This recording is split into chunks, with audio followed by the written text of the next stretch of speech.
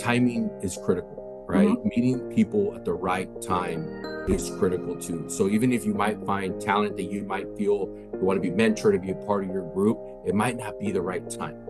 And sometimes you find that out later, but I think timing is extremely important when it comes to mentorship. Either people's mindset may not be ready for it, if they're talented or not, but that's a big piece of it. Welcome to Get Real 411, the podcast where real experts give real advice on all things real estate. I'm Jamie. And I'm Brad. Join us as we explore real estate successes and pitfalls through the eyes of our esteemed guests. Now let's get real.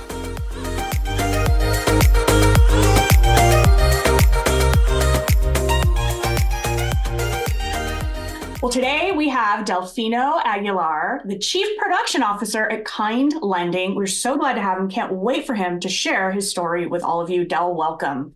Thank you. Thank you for having me. I'm excited. I love what you all are doing at your company, Brad, and thank you for having me as a guest. I really appreciate it.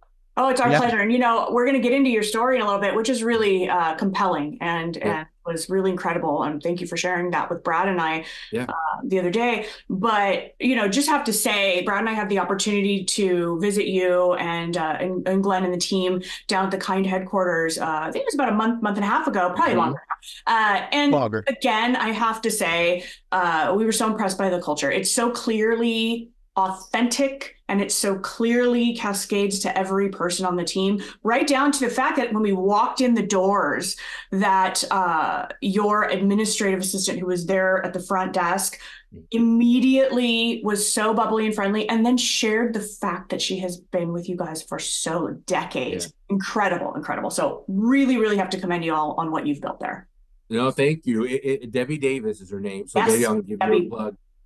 We love to have our brokers come in to see our office. It's completely different from the past company. As you see it, there's colors. Mindy Stearns is heavily involved in the company as well. She decorated the office. It's really that welcoming feeling. And you said something that we really are who you see on the videos. And I think I loved having you and Brad in the office with us, your AE. We met with Glenn. And I think that's the people aspect of this business is the most important piece. It really, truly is. And you trust, you build bonds, and that's what we're all about. But Debbie, I love going to the office. I drive up from San Diego to Santa Ana, and Debbie Davis said, Del, how's your drive? And I'm like, Debbie, it was cool. It was 2 hours, but I'm here.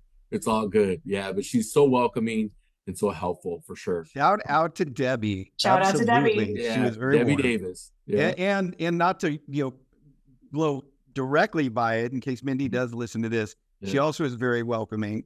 And I got Mindy. I got a nice hug from her, and we reminisced a little bit about her TV appearances early on with some little known shows. She and Glenn were on, but anyway, it was really awesome to be down there and to experience the culture, and we're very much aligned as far as that goes. But what I'd like to do, and I know you said you didn't mind doing this, but it's just. Let's start at the beginning, because I think it's really nice for our audience, which is a lot of mortgage folks that are in the mortgage industry, some real estate, and then some just general, consumers and audience. But just knowing kind of your story, how you got to where you are today, it would just be nice to kind of hear that and let the audience get to know you a little bit more, and then the nuts and bolts of it. Yeah, no, thank you. I think everybody has a story on where they're at. Before you joined, real quick, we were prepping for this. Jamie and I were talking about how you landed in the industry, and I'm like, nobody says I want to be a loan officer or broker all the time when you get out of college, right? So I've had an interesting road to this. Along the way, I've had a lot of great people supporting me, my different mentors that definitely want to just tell a story about. But originally, I took a different path in my career to get to where I'm at now here at Kind. I'm born and raised in San Diego. I have a big family here in San Diego. We have 4 kids. My wife, Tanya, and I are very active in the community here in San Diego. But I think a lot of what we are here at Kind, what attracts me is the way I am and how I got to where I'm at, and as I grew up in San Diego, I took a different path because my father, unfortunately, passed away in a car accident when I was 11. And so our cousins and our family started a big landscaping company, and they're running it great. They're doing an awesome job on that, but we took a different path with our career, losing someone at 11 changes the trajectory of your life, that fork in the road, right? And so my mom was with 4 kids. She was 28 with 4 kids, right? And if I think of when I was 28, I'm like, how did she ever do that, And so when that happened, it kind of changed the way we thought, like as a unit with my mom and my brothers and my sister and I. And it really led us to have that kind of grind mentality, enjoy, maximize every single day that you're alive. And because you never know what can happen the next day. And I think that's what really led me into different parts of my career. I went into Wells Fargo from there out of college.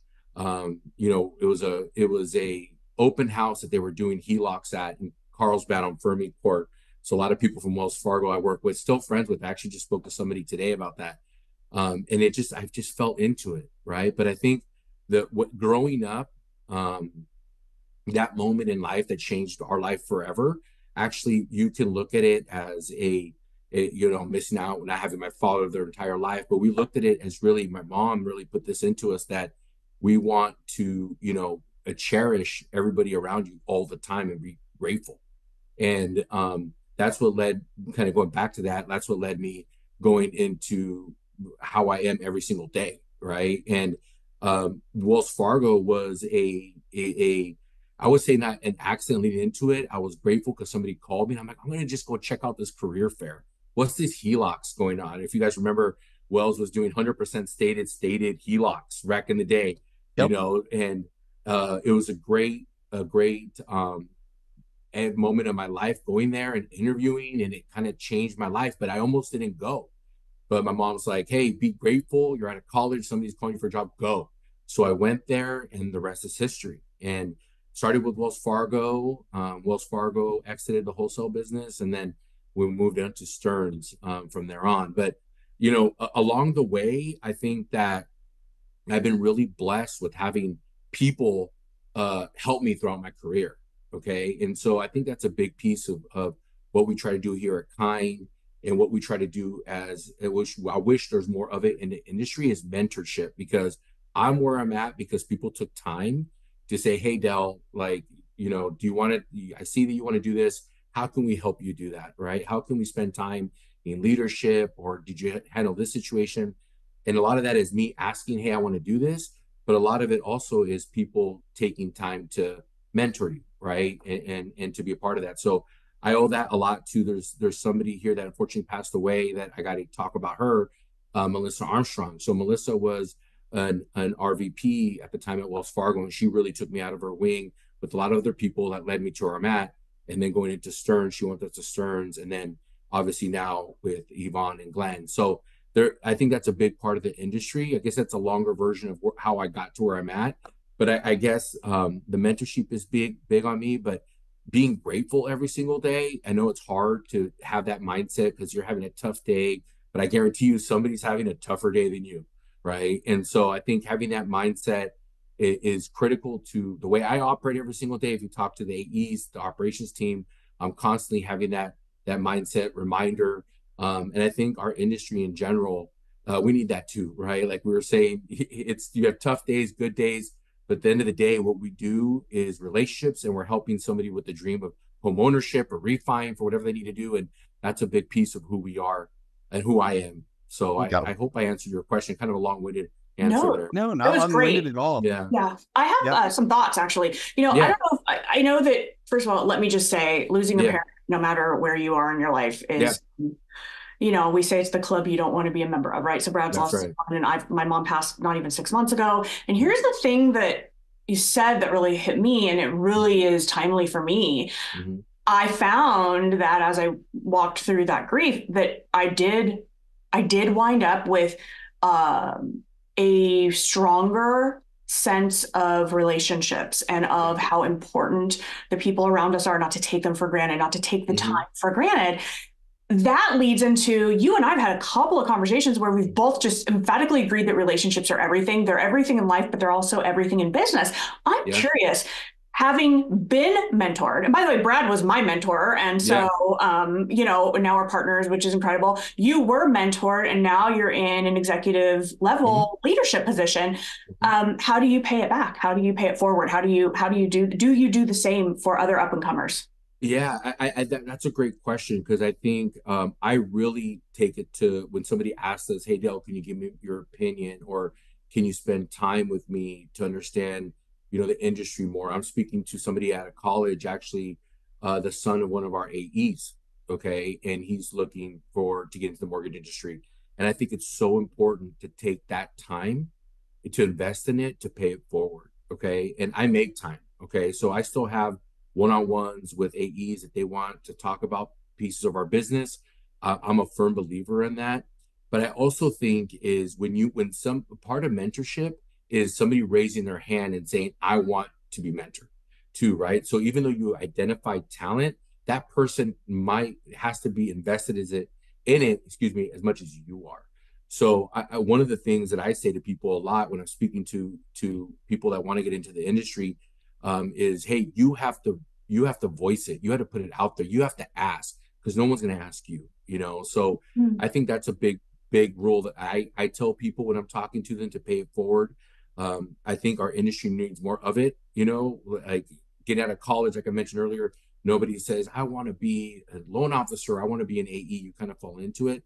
So I really make it a big part of my day to talk to everybody that needs some help, or set time apart out of my day. No matter how busy I am, I'll shoot them a text and say, "Let's talk later today." So I'm talking to this guy tomorrow, right? So I think that's important. I always make time. I think making time block is extremely important to that. Oh, time blocking is my life. My calendar is quite literally the guidebook of how, my day's going to go. Yeah. I've Brad and I both led a lot of people over the years, and there have definitely been some memorable cases where we've identified talent, and after a long road of coaching, the bottom line was that the individual didn't want it as much as we did for them. And we nailed it, right? Because they have got to, talent is special. Drive is another thing entirely. That's right. The two have to coexist in order for someone to level up. I mean, I would say that the wins and the people that have leveled up are much greater than those few cases where they didn't. But it is a fact that is the case. We talk about what we do for the up and comers. We have a mentor program at our company specifically because of the lack of training, coaching, mentoring, and education. And I think in the industry as a whole. And so we always think about, at this stage, in a couple decades now, what are we leaving? One day, we won't be sitting in these seats. What are we leaving? Are we building good stewards of our industry? Are we empowering other people to reach and exceed the heights that they dreamed of? What are we doing to make a difference? Because this is about a lot more than loans, in my opinion. It is.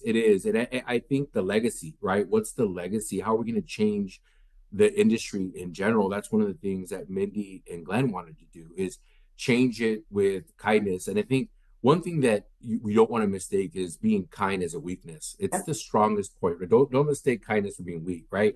Kindness is something that is needed more. It's setting the right expectations. There's so many different pieces of it. But I think the legacy piece, Jamie and Brad, that's a big piece. How are we going to leave the industry better when we decided to retire? Although I don't think I have 4 kids, Jamie and Brad. I'm not retiring anytime soon. Me either, my friend. You know what I'm saying? Like, I got colleges to pay for, right? But I think that there's something about that. I honestly do believe also that being the timing is critical, right? Meeting people at the right time is critical too. So even if you might find talent that you might feel you want to be mentored to be a part of your group, it might not be the right time.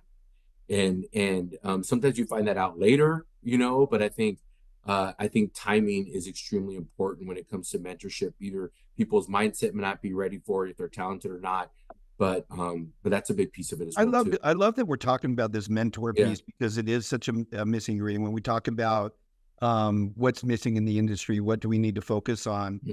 That really is it. And so if you think about, like you talk to your friend's son, right, who's in college, and I've done the same thing, by the way. I'll have friends that I went to high school with. Hey, my sons are graduating college, thinking about mortgage business and looking at different things. Could you talk to them? And I've done that. it's like when you have those conversations, it's really tough to advise them if they want to do it, like telling them about the business, but if they want to do it, where to start. That's right. Because it is a complex business. Mm-hmm. The nomenclature, that like just learning the language is a 6 month to 8 month task, right? All the acronyms, and this probably goes with other industries too, but man, we've got an acronym for everything. You've got language that you don't use in everyday language. In fact, we had somebody who spoke with us, that worked with us, that was, spoke English and Spanish, and they have a hard time interpreting some of those mortgage words in Spanish. And so they would do the Spanglish thing when they would talk. But it's not easy. Like there used to be, we roll back the clocks early on. Like I started in the early 90s. There were some programs. You could start at a bank and they had kind of training programs and they would teach you the basics. Those really don't exist anymore. You kind of have to move up the ranks, start as a teller, kind of learn a little bit. And it takes years and years and years. But if you go out of college and you say, look, I kind of like numbers. I kind of like this whole mortgage thing. And for me, I was in my last year of college and I was buying my first house and I was getting a loan and I was getting married. And I was getting that loan, and that person sitting across the desk from me, I was like, this is pretty cool. Yeah. I knew I wanted to be in real estate. I just didn't know what aspect. And I spent a day with her.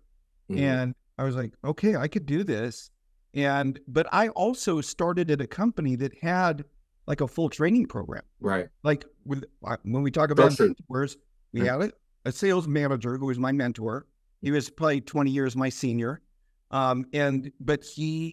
But it was about drive. We talked about that, right?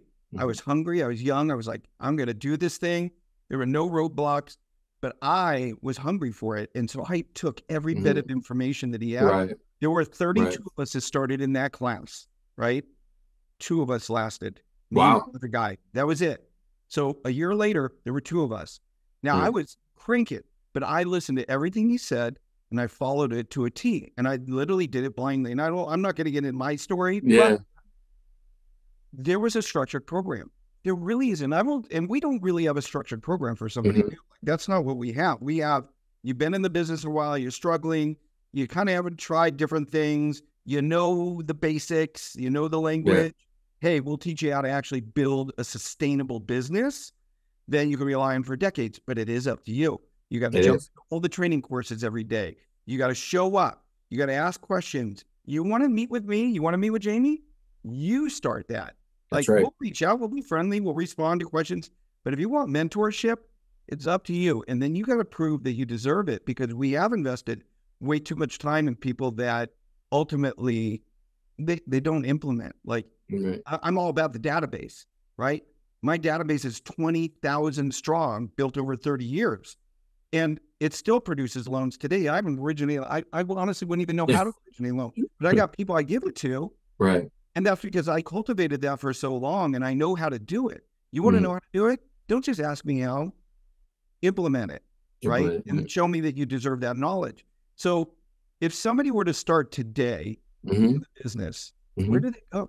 Like that's a missing ingredient. Unless you know something, that's missing. So we want to put our energy into something that will make a difference. I think that's it. Yeah, I couldn't agree with you more. I think the word that sticks out to me is ownership, right? Like who is going to take the ownership of the responsibilities? Are people asking to get mentored? They have to be. I can tell you that right now. I mentioned that earlier, but I think that's where it falls, because a mentor, somebody that really is going to take time, is busy, right? Like you're a very busy person. Jamie's extremely busy, both of you all. So you have to block out time, but that person has to take the initiative to do that. I think one of the things I'm going to talk to this person coming out of college about is, and he's thinking about being an AE, for example, right? And it is very hard to be a new AE without a book of business right now, right? You're going to be cold calling brokers. Somebody calls you guys, right? Be like, who are you from? Who are you? Right? It's hard, right? So I think the best thing I tell people that want to get into the industry now is to work with a producing account executive, right? Work with as an assistant or as a person that calls brokers cold calls, right? I think that's a bit more thing. And I've seen successful loan officers that go in. You guys probably have seen this too, that are juniors for a successful person, right? And they learn the words, they know how to talk to borrowers, yep, they know how to talk to an underwriter, and they hand off more of it. I think that's the biggest piece that are like you said, it's not structured, but I think some companies have it. We're developing that for AEs. We have sales assistants now here at Kind that work under producing AEs. And that's a big piece. But you said it with the wording and the structuring and how do you deal with somebody that's upset and all that. And there's so many different pieces to the business. And we're going to talk about this, I know, on the relationship piece, but really, I always tell my kids this, and I think working at a restaurant is the best experience you can ever get because you're dealing with people face to face all the time, right? And I was a server in high school for, yeah, at Anthony's Fish Grottos in downtown San Diego, right in the harbor. It shut down actually, but dealing with people, getting their order, learning that helped me to learn how to talk to people, right? How to deal with somebody that's angry about their food. You take those kind of people skills, you apply it to our business, you're going to be great, you know? So I think there's a lot of pieces on the mentorship piece, excuse me, that I like to focus on. To Jamie, to your point, is paying it forward is critical. But I often tell everybody, okay, we'll do this, but hey, you got to stay on track too, right? So whatever we do, it's going to be on your end as well. So I think that's a real look. I think you're spot on, Jamie. I think you'll agree. Look, that probably is, if you're going to start today, there is no structured program. Yeah. And you know who talks about this, by the way, is Gary Vee. I don't know if you follow him, but he talks about, you're young, you see somebody that's extraordinarily successful, go and tell them you'll work for free. Yeah. And you will help them with whatever they need help with. You want to be there to help them, and don't expect a quick, give yourself time. Yeah. It may take a year, but the best thing that you could do is get in and learn from somebody who really has done it and has carved the path. Yeah. You're setting yourself up for a lifetime of success, donating a short period of time. And you do that, you're going to get in the good graces of somebody, but you've got to be able to absorb all that information and really be present, right? Don't expect anything in return. So you may have that program where you have sales assistants or on, their own salary or whatever it is. It doesn't last long. That's the recipe for, getting cut because our industry isn't doing so well right now. So at some point, if it doesn't pick up, like those, entry-level jobs don't last. But if you take the approach, hey, I want to be an apprentice. I just want to come and shadow you and not get in your way, but just learn the business. I'll tell you what, a young guy like that or a young gal comes to me and says, this is a business I want to be in. I've seen what you've done. I really want to learn it. I'd be open to that. Yeah. It's just all day long, long. Right. Yeah. I think that's really good advice. So when I asked you, where do they start? That is really good advice. Yeah. I've seen it work.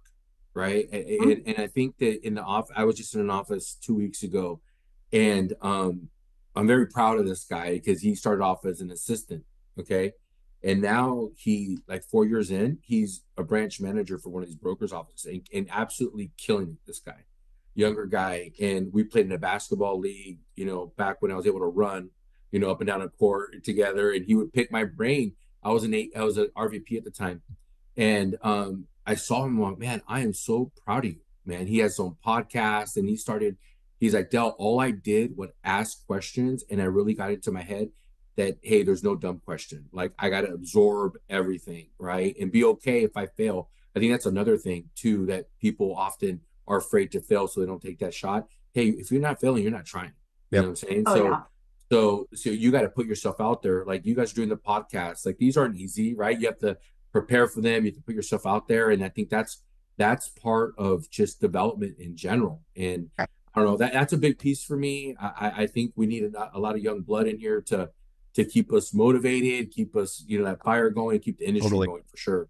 We do. And I think that we need people that look and sound like today's consumer, and today's consumer is very diverse, could be anybody from any walk of life, from any culture or any community. And so the more we can teach, the more we can empower, the better our industry will be and the more people will serve. And that's really the goal at the end of it all. It's funny when we talk about failure, because so often the perception of leaders is that we were, our road was, paved in gold, and it was just a wonderful, smooth. Boy, I'll tell you what, you become an entrepreneur in particular, but really anybody that's leading a group of people, right? It is more, there are so many more stumbling blocks, so many more times that you get knocked down in big and small ways.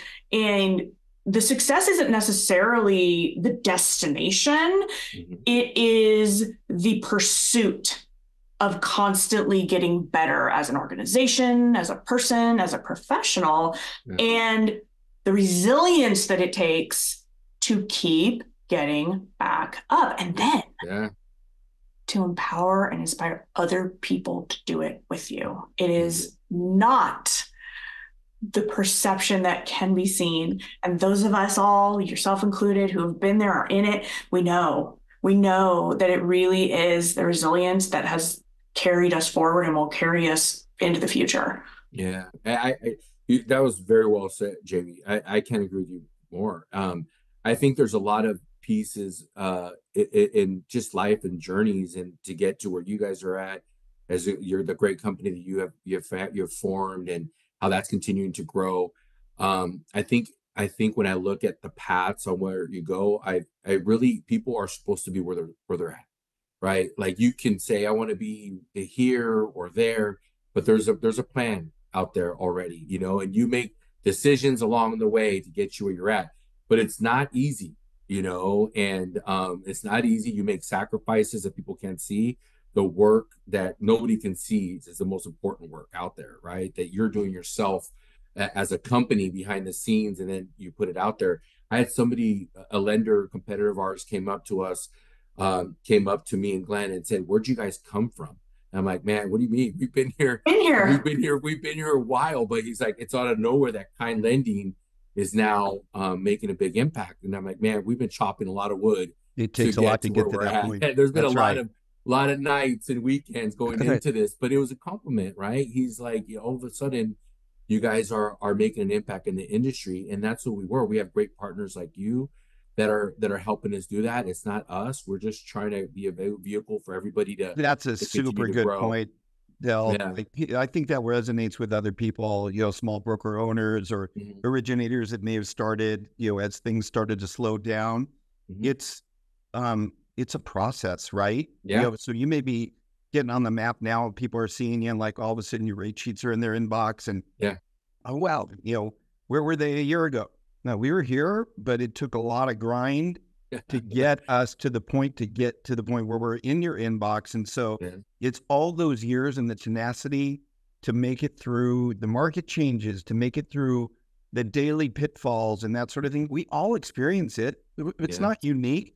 Right. If we talked about, kind of daily wins and losses, we probably compare, be very similar, right? Yeah. We might be a little ahead of you in some areas, a little behind in others, but if we don't keep pushing through and be tenacious about it, then you never get to the point where it's like, oh my gosh, look, they're the top three, or whatever. Like, you'll just never get there because you give up. And way too many businesses, way too many salespeople, way too many people give up too early because it gets hard. It's when you push through, when it's the hardest, that you get to be one of the small percentage that really gets to be great, right? That's right. And so I think that's a really good point. I think that transitions us very nicely into relationships and relationship building. And like Jamie said during the introduction, you guys are pretty unique in the way that you approach the business with your brokers. You really treat your brokers, your customers, as your partners.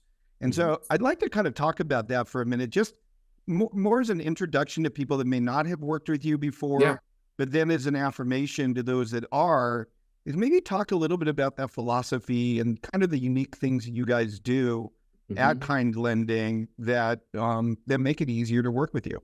Yeah, no, thank you for that. I often think about this business a lot. We talked about relationships, but I want to take it back a little bit to Glenn and Mindy, okay? Because if you've met them, and you mentioned it earlier how welcoming she is. Yeah.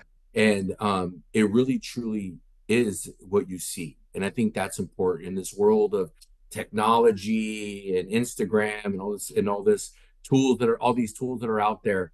I think what makes us unique is our authenticity. Okay. We really are who we are.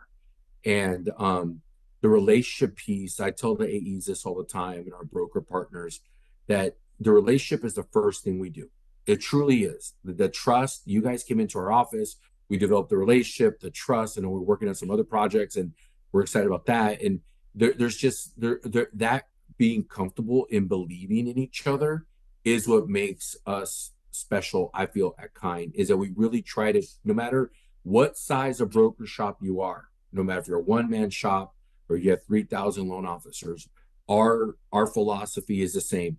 We try to partner with everybody on a relationship basis first. Okay. How can I be a benefit to you? Okay. How can I help you grow? What are some things we can do better for you? What are some things other lenders are doing for you that we can do? Or maybe we don't want to be like them. Maybe it's not going to be a good fit, but here's why. And what are some things we can do better for you in that end? Right. So not everyone's going to be a perfect fit, but we can find a way to partner together. That's the best way. And I think the best part of our relationship piece is setting the right expectations in any relationship, right? Like what's important to you and why. That's a big piece of what we do here at Kind. We believe, and you guys have a great AE with Fuzz. Got to give Fuzz a plug. Yep, he's absolutely. awesome. Yeah, we'd be remiss if we didn't give Fuzz some plugs. Yeah, we got to give Fuzz some plugs. A quick story about Fuzz. When he reached out to me, he's like, Del, I was told I needed to talk to you. And I'm like, all right, Fuzz, let's talk. So we brought him into the office, talked to Fuzz, automatically hit it off. He just knows his customers. He's a great guy in person. And he sent me a napkin. He said, Del, this is what I need to come over to Kind. And we were on a napkin, old school. He's like, I'm an old school guy, right? He said, so he's just a personable guy. And he knows the business, and I'm glad he's partnering with you. But that transitions a little bit the relationship piece and how important the AE is for us here at Kind too. Okay, because they're the advocate for you. They're your partner. They're here to help you understand products, maybe help you structure a deal. Every loan now needs a voice. It seems like not all of them are cookie cutters, and so we believe that the AE is very important to us at Kind. That it's a truly, the relationship piece is important, and that's how the previous company was built as well.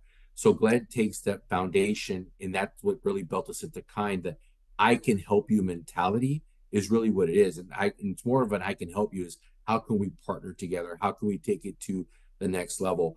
A lot. I want to say this too. A lot of relationships have the first layer, right? It's like, hey, how you doing? How's the weather?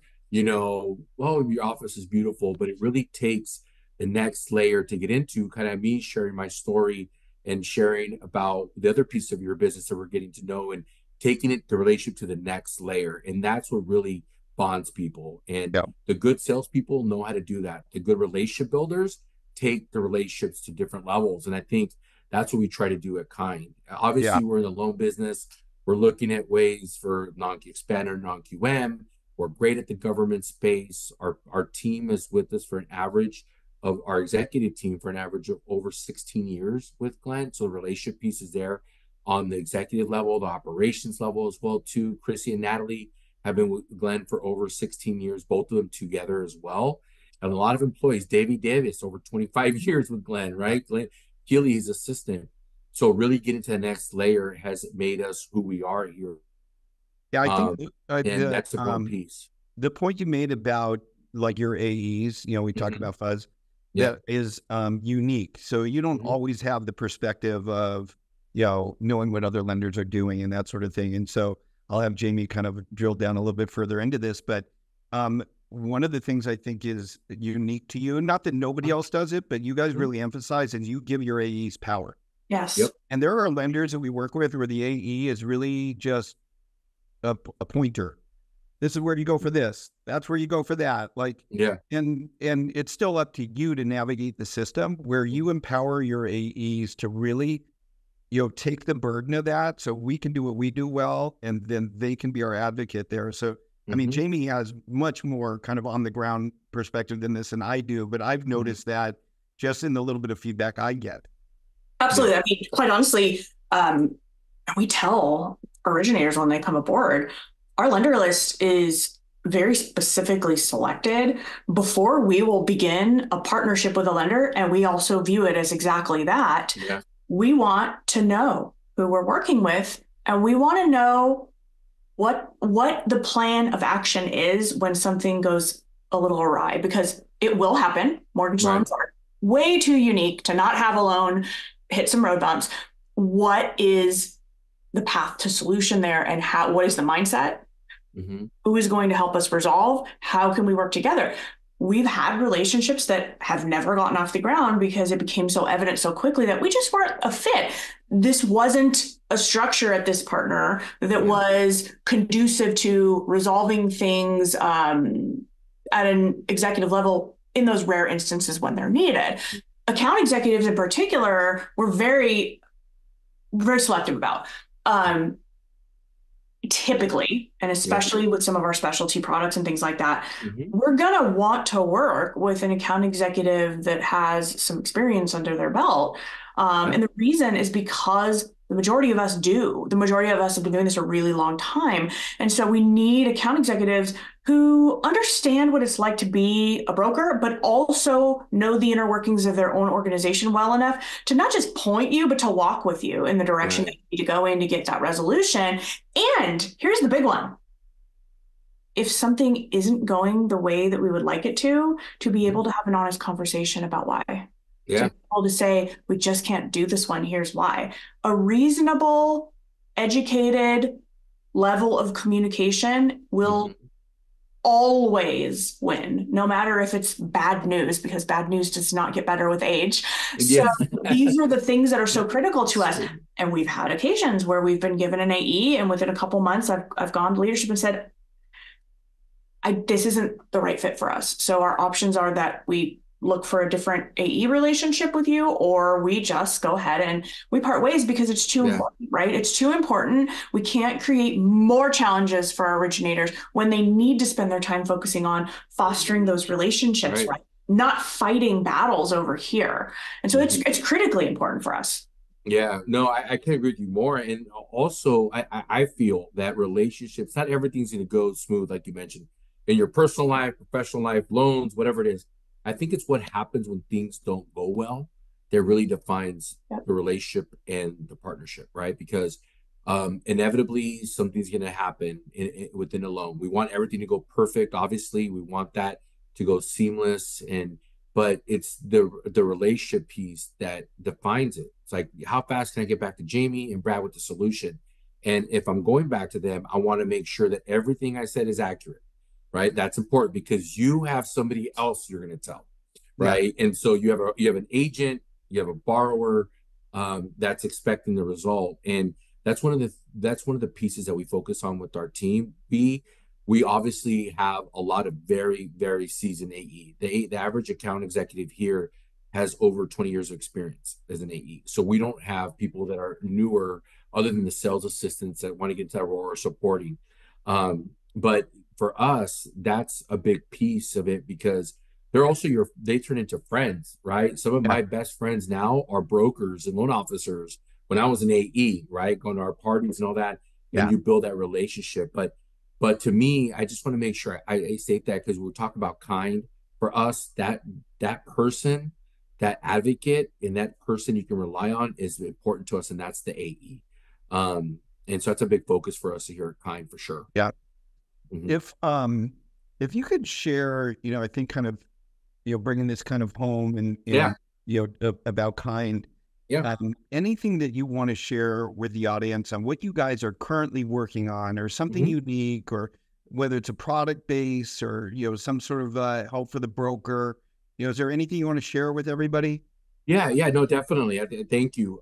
There's a lot of pieces that we're focusing on right now to the business. Obviously, there's a lot of need for down payment assistance, right? We're getting requests for that. So obviously, we're preparing for California, the DREAM program. That's going to be something we're going to be participating in as well. We're also working on a national down payment assistance program, hopefully be rolled out in late April. Okay, so we just rolled out Freddie Mac seller buy down. So that's a bit important piece. You see rates navigating as well too. But we're expecting a pretty big relaunch in our non-QM. We've hired a great guy named Will Fisher, who's helping us. He's non-QM focused, specifically in the DSCR bank statement. We're having tools. Right now, we offer solutions for brokers in the non-QM space as calculating their income, bank statement calculations, and so forth on there. But expect a big relaunch for us in the middle of April. I would say maybe the third week in April when it comes to the non-QM space. That's awesome. Yeah, so we're really excited about that. It's not a big focus of ours, but it is going to be a something that we're going to increase a lot of our focus on going into this year.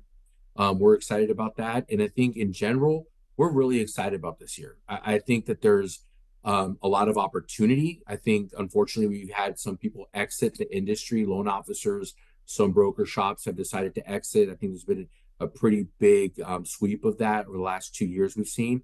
So I believe that now the people that are in it are the warriors, are the people that are going to grind it out and find ways to really compete and be building their businesses, aligning themselves with investors, the right investors and so forth. But we're excited about it. We're excited about partnering with all of you at AmeriFund too. You guys are a great company. Thank you for everything you're doing. I know, Jamie, you're a big advocate. I do want to tell you, Jamie, that we weren't really partnering with AIM at the time, and you called me, and it changed the way I thought like that. So I want to tell you how important the relationship piece is, because that's been a big piece of why we're continuing to go that route as well. She has a way of doing that, doesn't she? Yeah, she broke it down real quick, if I could say that. Why, Del? Because we needed to get authentic and honest with one another, because I could hear the concerns, and I needed to address them, not walk around them. So when you have trust and you can communicate with one on an honest level, conversation continues. It does. There's nothing worse than saying, hey, these are the things that are on my mind, and having some going every, look at that. Not at all. We always say this, right? In sales, it's like, if you really want to know what you can do for someone, this is the one I say, close your mouth and open your ears, right? That's right. They'll tell you exactly what they need. That's right. Yeah. Wow. They will. That's a good one. I'm going to use that one, Jamie. Yeah. I love it. I love it. Don't say that to your wife, though. No. Okay. No. Yeah. He knows better. Little advice from me on that one. All right. There's one more subject I want to get, and then just to warn you, Jamie's got a closing question for you. Yeah. Here's the subject relevant today: the NAR settlement, commission lawsuits. What's going on with those changes and how they affect a mortgage, and what now? Obviously, we don't really know everything yet. It'll be months before, but not that long. But it'll be months before we see what actually will happen as a result of this. But I'd like to get your take on it from all your internal conversations. We're all having them. I've got very strong opinions. Jamie and I are going to do a fireside chat tomorrow on this.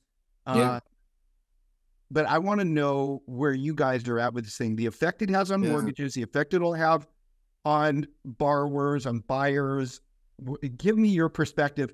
And if you wouldn't mind, take, a minute 20 and just tell everybody, tell the audience, like, here's what's happened and here's what we're dealing with. Yeah, no, I think that's a good question. I think, I honestly, you and I have had some great conversations around this as well too. I think there's going to be some opportunity out there. I still think it's new, honestly, Brad. I think that it's new still. I think that there's going to be, there's a lot of push on this right now.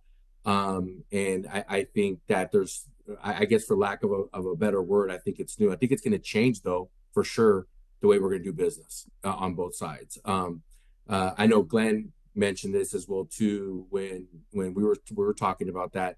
I think more it's going to come down to education, finding avenues to educate borrowers. I think, or people buying a home is going to be extremely important when it comes to this. I know that you're heavily involved in it. What do you think about it? Well, look, here's just so the audience is aware, we had almost 4 years of these class action lawsuits, right? That's right. And they've been about real estate commissions, but very specifically about the inability for sellers to negotiate the commissions that they are paying on the behalf of buyers to their agents. So in a traditional sense, real estate agents, listing agents, sign a listing agreement with a seller for, let's just call it 5 or 6% commission, okay? And it varies from state to state based on the cost of real estate. Some states at 7%, low-cost states, but whatever it is. And then they determine what they're willing to put out there for the buyer's agent if a buyer comes in with an agent. Typically, it's 50-50, a split, but it doesn't have to be. And some agents don't do that. Some agents, they'll collect 5% and just give 2 to a buyer's agent, whatever it is. But that being said, the complaint was sellers overpaid and were not given the opportunity due to the collusion of the industry, whether it be NAR, the big brokerages, the MLSs, saying, this is the way you have to do it. You have to offer a buyer agent commission. It has to be part of your listing agreement. They don't say exactly how much, but it became tradition, right? And so, lo and behold, they won. Nobody expected that to happen. Judgment takes place last quarter of last year with treble damages over $5 billion. Then settlements started to happen. Big brokerages started to settle. But the most significant milestone in this is last Friday, it was announced NAR settled, but it has to be court approved still, but settled with concessions for $418 million. But very specifically as to how this affects us and buyers, borrowers, and the mortgage industry is buyers are going to be responsible for contracting with buyer agents, signing a buyer agreement, listing. It's like a listing agreement for sellers, buyers. This has existed forever, but almost nobody uses them. So now you're going to be married to an agent, but you're going to be on the hook for their commissions. And you can still ask the seller to pay those commissions, but it's going to be part of the negotiation. Where the challenges lie, what I want your opinion on, is the changes that have to take place on mortgages. Right now, there's many mortgages that have a limit of 3% for concessions from a seller. Well, shoot, if you're a buyer that's on a DPA that needs closing costs, that needs a buy down, you can eat up that 3% very quickly. Then where do you have the money for this for the agent? So that's going to need expansion. So I know there's chat on Hill about this and so forth, but there's got to be some mortgage changes. My guess is that it's not going to be financeable because that changes the derivatives, it changes loan to values. Like it's probably not going to be financeable, but there's got to be something that allows for bigger concessions. Maybe there are going to be LTV changes, when it comes to concessions. There's a lot of different pieces that can happen. And I'm just curious where you guys think, because you're a little bit closer to the money than we are, where you think these are going to happen. Of course, not holding you to it. There's a lot that's still going to take place, but I think that VA is one. VA doesn't allow a veteran to pay for agent commissions. So they have to be paid for by the seller if that's the way this is going to work. Like there's some real nuances of this and people are worried. Like, of course, real estate agents are. We've seen in Exodus, you made mention of this. We lost, numbers I hear is up to 100,000 licensees that we lost in mortgage at renewal in January.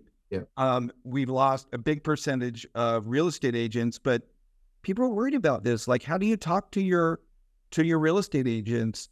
Are they going to be controlling buyers? Are buyers going to be going directly to listing agents? Like, there's a lot of big questions here. There is, and you know what I've found, Brad and Jamie, is that we always find a way to be successful in the industry, no matter what. Adapt, right? So these changes, when it comes to the mortgage piece, when it comes to the seller concessions and all that piece, there's always going to be a product that we can do for VA changes. They change some pieces when it comes to the 4% rule and making changes to pay off credit. There's ways, right? And I think that this is really new, but one thing I know for sure, that there's a lot of attention on it right now, 100%. And we haven't yet started discussions when it comes to the mortgage piece because we're trying to get as much data as we can. Because it's so new. But it is very new. Yeah, I can guarantee you that we're going to find a way. right? We always that always happens, right? It always happened happens, out of the mortgage crisis. But and I do take the same approach when we're talking to our loan officers. We basically say, look, it will work out. We'll all learn at the same time what's going to happen. We are not in a position today to be those decision makers. In past life, a previous company, we were writing product and we could be on the forefront of that. But today it's others that are in that role, right? And so we're going to find out what those changes will be. But I've got, you'll have to tune into my fireside chat because I've got some strong opinions about this. Let's see if I'm right. I don't know if I'll be Nostradamus or, one of these weathermen that always gets it wrong. But but you're in the discussion. You have to be. I have to be part of the discussion. One of the things I believe in a lot is with disruption lives within growth, right? So any disruption that's happening in the industry, it's going to grow from it, regardless of which way, right? But there is going to be growth, and I'm excited to hear your fireside chat. I know you do have some opinions on that piece for sure, and I'm excited about that. But I think that this is something that's new, and I think for us as a lender, we're going to wait and see, how this really plays out. But I do feel that this industry always finds a way. I remember when there was changes to loan officer comp. Oh my God, the end of the broker, right? Like was the big piece. You have to go non-del or. So there was changes to that piece too, heavily involved in that conversation. We actually were heavy on that rollout when it came to Stearns. So I think it's part of the industry growth. It's part of changes, and whatever it is, you guys, we're gonna kill it regardance, right? I love the positive attitude. So we're gonna figure it out. Yeah. Right on. Jamie, I know you. You ready? She's got you. Ready. Question for Jamie? All right, I got our closing question. Yes, every time. The question is this: if you could go back and have a conversation with yourself at, say, maybe in your early 20s, knowing everything that you know today, what advice would you give yourself? That's a very good question. I would tell myself at 21 to slow down, a bit and enjoy each moment, right? I look back at times where I was probably rushed in my younger age to go find the next thing, right? Like it was the next job or whatever when I came out of school.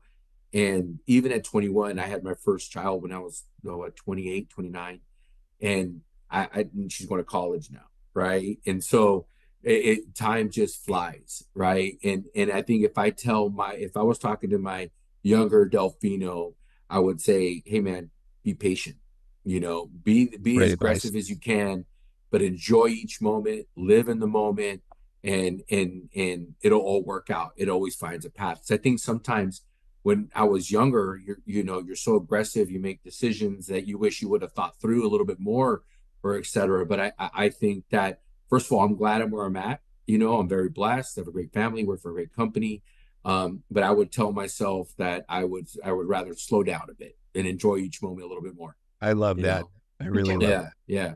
I was walking with my daughter. She was 2 years old, and we were walking in Palm Springs. I was an AE at the time, answering my phone that's going off right now a lot, and talking to rate sheets. Used to print rate sheets, talking to brokers.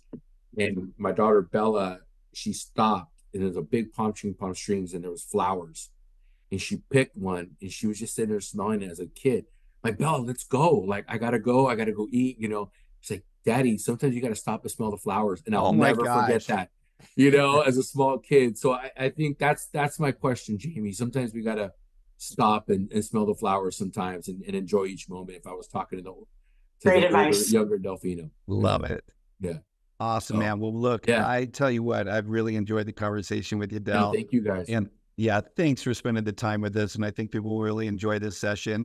And maybe we can have you back on in the future. I know you wanted to have us too. So we got to get you guys on Del Talk. We're excited about that. You got to tell me about the fireside chat. I'm excited for that one, to hear about yours. But listen, I just want to say thank you for the partnership. I mean, I feel it's a great relationship with you guys. I love everything you all are doing, what you stand for.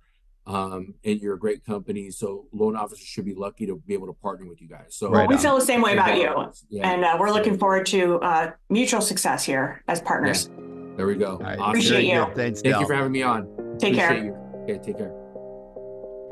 Get Real 411 is hosted by Brad Rice and Jamie Kavanaugh, produced by Stuart Jellin, and recorded live from the AmeriFund Home Loan Studio in Simi Valley, California. You can learn more about the show at getreal411.com and watch full episodes on YouTube. If you're interested in being a guest on Get Real 411, email booking@getreal411.com. Please subscribe, rate, and review us on Apple Podcasts, Spotify, or wherever you get your podcasts.